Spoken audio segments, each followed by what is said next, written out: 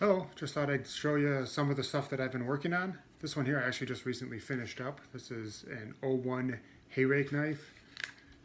It's made out of O1 steel. The handle is desert ironwood. It's peened on the end there. This ferrule here is a deer antler, a piece of a deer antler obviously, and it fits really, really well in my hand. It's got a nice solid grip to it. It's not super thin, but not real thick either. This would be a good for like a bird and trout or a little skinning knife, something like that, or just like a little everyday carry knife. And it also has this leather sheath that I made. This is leather from Wickett and Craig. It's good high quality stuff. I stitched it on my leather sewing machine back there. It's nice and thick, holds the knife really securely. And while I was making this out in my shop, I noticed that I had some W1 round bar that I bought a while ago and kind of forgotten about. And with it, I went ahead and made this. Now obviously this one isn't done yet. I just finished the heat treat and the tempering, so it's as hard as it needs to be, but I have a lot of work in grinding and hand sanding and fitting everything up to make it look as nice as that one. But this one will have a Hammond.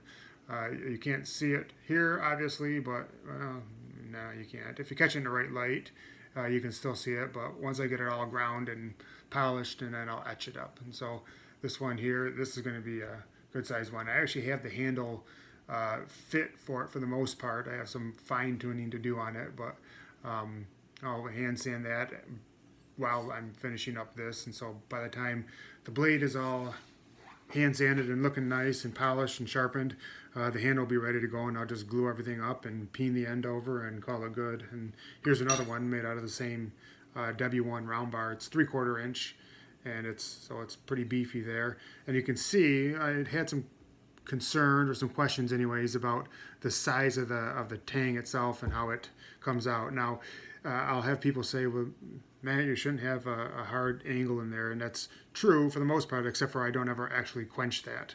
So because I did a clay quench on this, I was able to coat that whole end in clay, and then when I put it in the oil, I only let the oil go up to about there, so that the entire blade gets hardened, but back here it stays nice and soft, and that'll keep it from creating these stress fractures there. And either way, the tang it's fairly thick both directions, so it's good and solid. I turn the end of it down here a little bit so that when I peen it, it's circular, and it helps make it fit through the back of the handle. But again, this is O1. Yeah, I'm sorry, this is W1 also, and so I have these two here that I still probably have, I don't know, 6-7 hours of work to do on them to get them where I need them to be, maybe a little longer. But they'll be coming up here in the future. But this is the one that's done. And these little ones, they don't take quite as long because obviously there's not as much stuff to hand sand, but still got a lot of time getting everything fit the way you want it to, and kind of tight, and make sure nothing's going to come apart when it goes into someone else's hands. I heard Paul Long say one time, Paul Long's a well-known sheath maker, and on one of his DVDs that I had bought, he said something to the effect of, if you're going to take another man's money, then good enough, it better be perfect. And I kind of try to live by that philosophy. I don't want to stop a knife in the middle and be like, it's pretty good.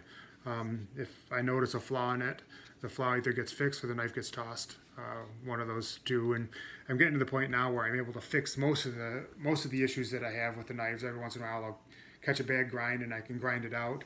But every once in a while there'll be something that just can't be fixed, or sometimes it's just a design I don't like, and I have a whole shelf full of knives that I don't know if I'll ever finish up because I made them and just didn't like the design. But anyways, I like these so far. This is nice. I like the shape of the blade. The shape of the blade on this one. The handles are going to be nice. So these ones, as long as I don't come across any major issues, will be done here in the next couple of weeks. So that's what I've been working on.